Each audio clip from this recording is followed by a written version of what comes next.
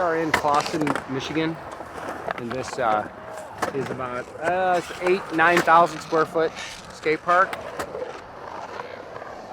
I like the way there's no drops or anything like harsh to ride over, like so a kid who's riding for the first time can make it around this park.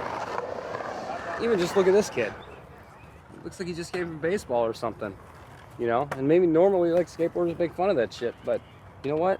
He's basically doing the same shit as us. He's just out here riding. Missed it. Ate shit pretty hard. But whatever, you don't give a fuck, he's back in there.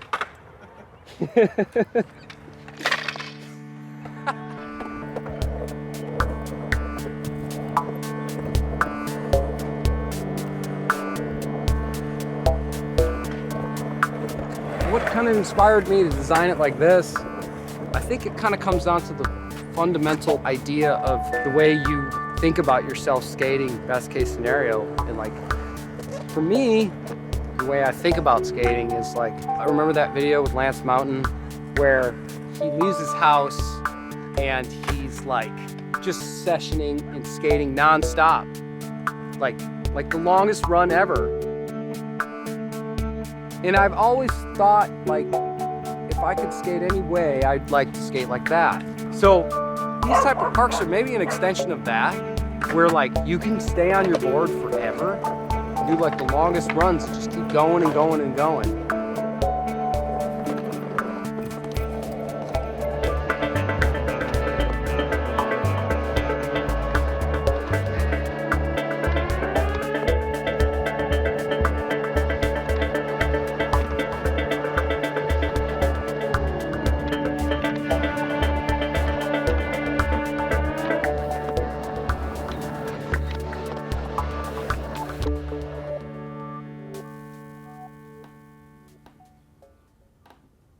This one's actually, we already had the job, so we're going in to build it. So this is definitely a bit more figured out.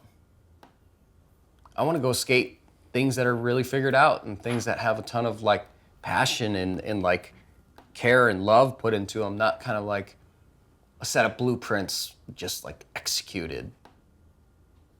Usually my creative process is like I'll draw like a footprint that kind of keeps me within budget so I don't make the park too big. And then I start just trying to draw a bunch of things that really make sense with each other. And a lot of times I'll like draw and think I got something really good, and then I'll draw off of that, draw back around into a circle, and end up deleting the original thing that I started with. There isn't this cut and dry program of getting the jobs. It's different all the time.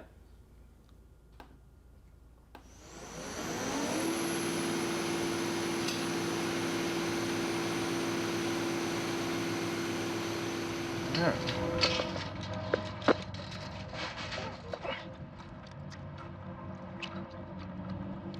Come on in, boys.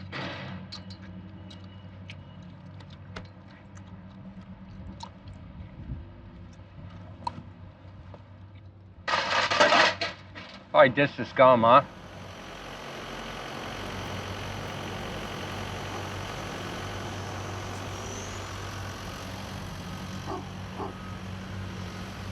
When I met Billy's, probably 12 years old, I think I just met him in the neighborhood, just young skater kids trying to skate and have fun and goof around. And we kind of just stayed friends for a very long time. So.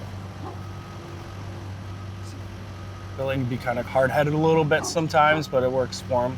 He's always been the guy to just like push everybody to go do the trick or, you know, go do something. He's super influential.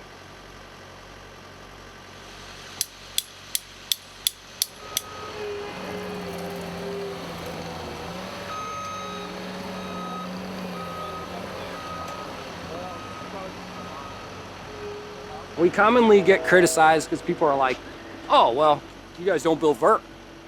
And then we have another crew saying, you guys don't build street. I'm just kind of like, oh, okay, that's actually really sick. There's these two categories that people talk about. And if we're not doing this, we're not doing that, then that means we're doing this new one that's right in the fucking middle. So it's like, that's validating our entire purpose. Like, we gotta just keep doing what we're doing then. It was not easy at first to kind of get a ton of that feedback about us just not doing what everybody was thinking we should be doing, you know, and feeling like there's opposition met with every move. But now people ask for this stuff. Now people want this stuff. And yeah, it's exciting because I didn't want to stop doing it. I want to keep working on these and keep making them better. There's a lot of different terms to describe it. Moonscape, lunar landscape, pump bump park is like what we called it before we ever did it. I'm really excited that they're catching on and people want to ride them.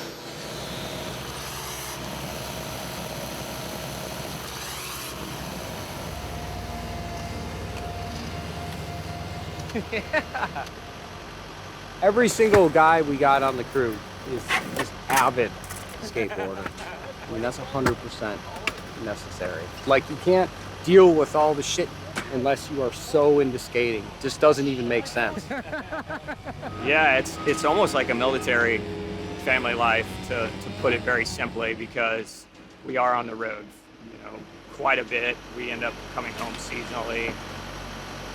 About a year ago, I was, working the regular 9 to 5. Just wasn't doing anything that fulfilled my soul, so definitely skated a park in Portland called Alberta, a small concept park, really good flow. And that just kind of gave me the bug on Evergreen. I don't have much construction experience or anything, but definitely looking to finally get something that aligned with my passions.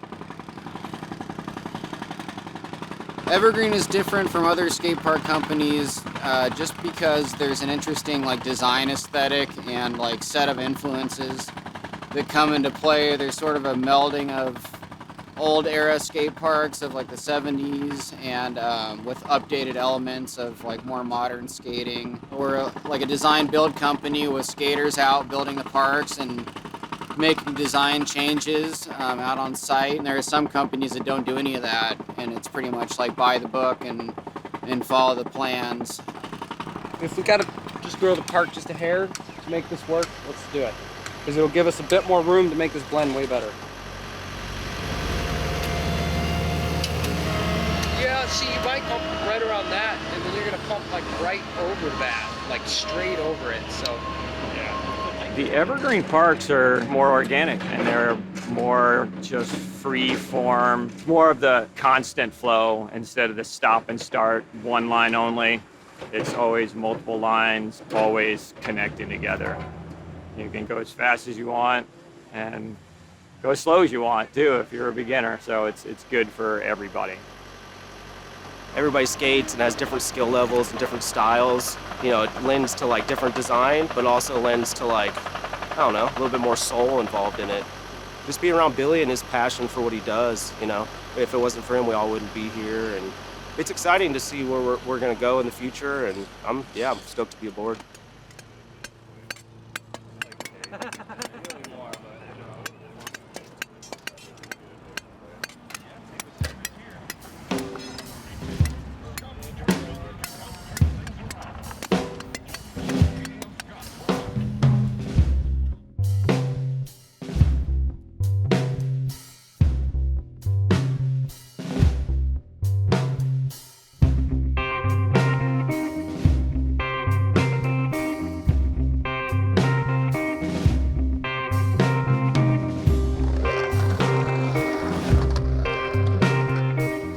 The best skating is when you get a few things poured in the park and you still got your fence up.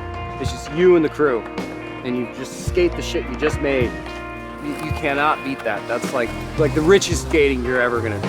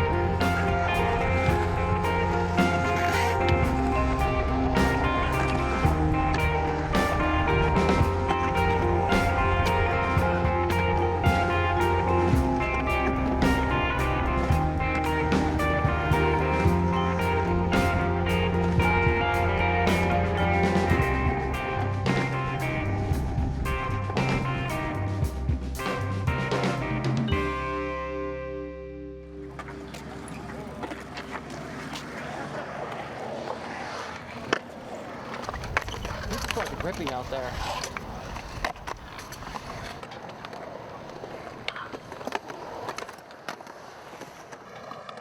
When we were in a meeting with some city people, they were like, I'd be surprised if the kids even use it.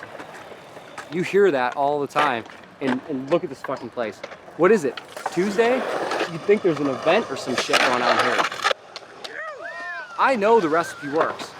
I know if we make a park like this, I know it's gonna get used.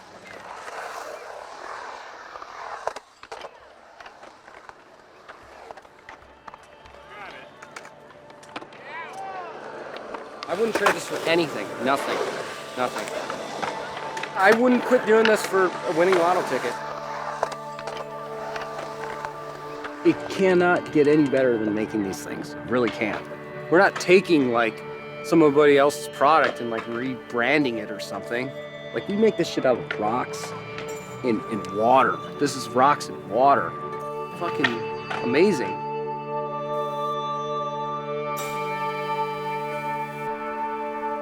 I don't know how I got here exactly.